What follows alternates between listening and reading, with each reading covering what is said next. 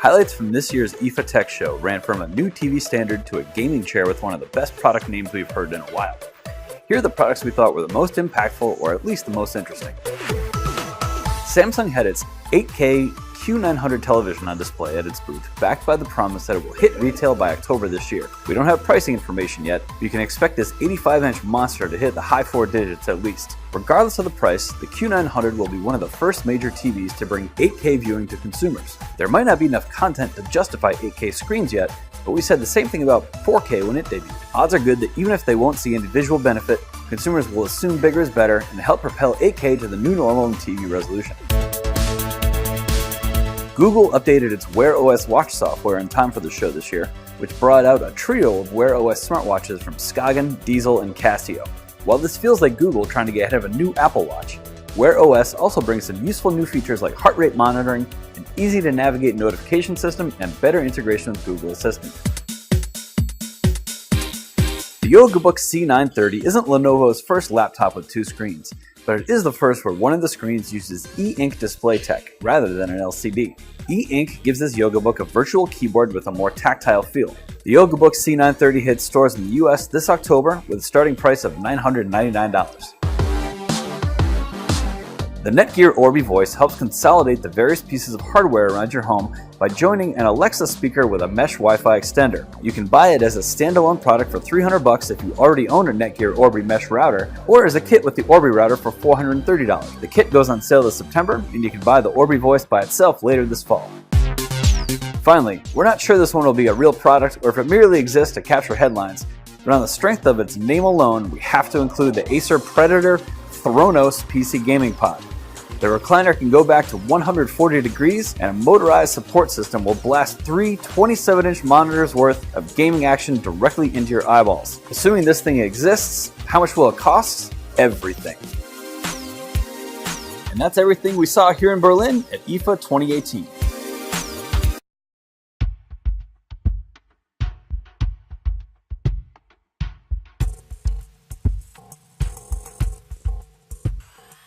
Fitness is a big part of IFA 2018's crop of smartwatches. A handful of major brands revealed new watches at the tech show in Berlin this week, with all 3 using Google's new Wear OS operating system. Casio unveiled the refreshed ProTech smartwatch, which will sell for $549 and come out by early next year. It offers a new extended mode to let you use the color display for a longer time, and Casio teamed up with a bunch of developers of outdoor smartwatch apps to optimize their fishing, skiing, and running apps for the ProTech. Skagen introduced the Falster 2, which sports a minimalist design and includes a new heart rate tracker and GPS for fitness activities. The watch starts at $275. Diesel, another Fossil Group brand, created the On Full Guard 2.5, a chunky watch that also adds a heart rate tracker and GPS. All of these watches are likely hoping to get a jump on Apple, which may be introducing a new Apple Watch in a few weeks. To find out more about these watches, check us out on cnet.com. I'm Ben Fox Rubin. Thanks for watching.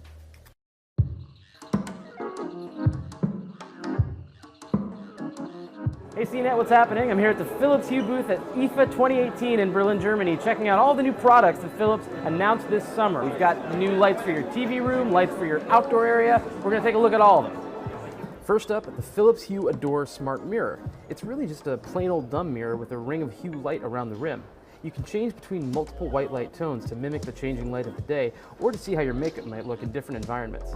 No word on pricing yet, but it's coming to the US later this fall. Next, let's move into the living room and take a look at the Philips Hue Play. It's a 9-inch table light that's designed to splash color all over your walls, and you can also lay it flat to cast light upwards. It's a perfect product for anyone interested in Hue entertainment, which syncs the colors up with whatever's playing on your computer or TV. It'll cost $70 when it arrives this fall, or $130 for a 2-pack. On a similar note, there's the Philips Hue Sign, which also casts colors all over your walls. It comes in 2 sizes, both of them nice and skinny to keep the focus on the light and not the fixture itself. It's a little pricier though. The small one costs $160, while the big one will sell for $250. Meanwhile, Hue also has its eyes on your yard, with new weatherproof outdoor versions of its popular light strips coming soon. You can pre-order them right now. The pricing starts at $90. One final thing to keep an eye out for, new light switches developed by some new friends of Hue that are coming to Europe and the US by early 2019. They'll trigger your Hue lights and scenes, they'll work with Apple HomeKit, and best of all, they produce their own power every time you press the button, just like the Hue Tap remote, which is one of my favorite gadgets. Behold, the first 8K TV to go on sale in the US. This is the Samsung Q900, and it's 85 inches huge. But massive size isn't the main thing that makes it remarkable. That would be its 8K resolution. With 7680 by 4320 pixels, more than 33 million in total, it has 4 times the resolution of standard 4K TVs. Before you throw away your old 4K TV in disgust, however, be aware that all those pixels might not make the image any better. Because of the limits of human vision, you really have to sit close, like 5 feet or closer to this huge screen, to start to see an improvement over 4K. There's basically no 8K TV shows and movies available today, but the Q900 could convert 1080p and 4K content to 8K resolution, using algorithms created by artificial intelligence and machine learning. Sounds pretty cool, but we'll have to wait to see how it actually looks. Even beyond its resolution, the Q900 should be a picture quality powerhouse, with Samsung's brightest HDR picture at 4000 nits, full array local dimming, and plenty of other extras. Just remember that its QLED technology is based on good old LCD, not the industry-leading OLED tech found on LG and other TVs. In addition to this 85-inch behemoth, Samsung also showed other, smaller QLED TVs for Europe and the global market here at the IFA trade show in Berlin. Those sizes won't make it to the US this year, however. The 85-inch Q900 goes on sale in October for a price yet to be announced. Don't expect it to be cheap.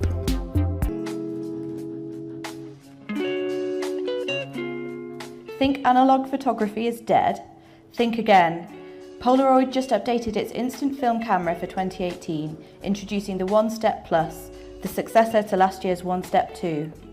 The Polaroid Originals companion app links directly with the camera via a dedicated plus button next to the lens. The app has a number of features including a remote trigger, a self-timer, double exposure, light painting which utilises your phone's flashlight, and a noise trigger. For those who want to get even more experimental, there is also a manual mode which allows you to play with the shutter speed, aperture, flash and eject, which allows you to manually do double or even triple exposures if you prefer. Unlike with a digital camera, you obviously can't play around with these manual settings until you get the desired effect without going through a whole bunch of Polaroid film. To make this less daunting, the Polaroid app also contains a number of tutorials and magazine segments offering inspiration to help you get the most out of your camera. A scanner within the app also uses your phone's camera to help get the best quality digital copy of your analog photo uploaded. It might sound counterintuitive, but it creates a gallery for you on your phone of all of your artwork, as well as making it easier to share on social media if that's your bag. One issue with a Polaroid is that usually only one person gets to keep the print. This way any number of people can at least have a digital version. Other than the digital elements, the One Step Plus is almost identical to the One Step 2. The only discernible difference is a rainbow stripe down the faceplate, which harks back to the design of the original One Step camera from 1977. There's also a switch just on the top of the camera that allows you to toggle back and forth between 2 lenses. One specifically designed for portraits, which can be used from as close away as 1 foot. The Polaroid's original One Step Plus camera will be available starting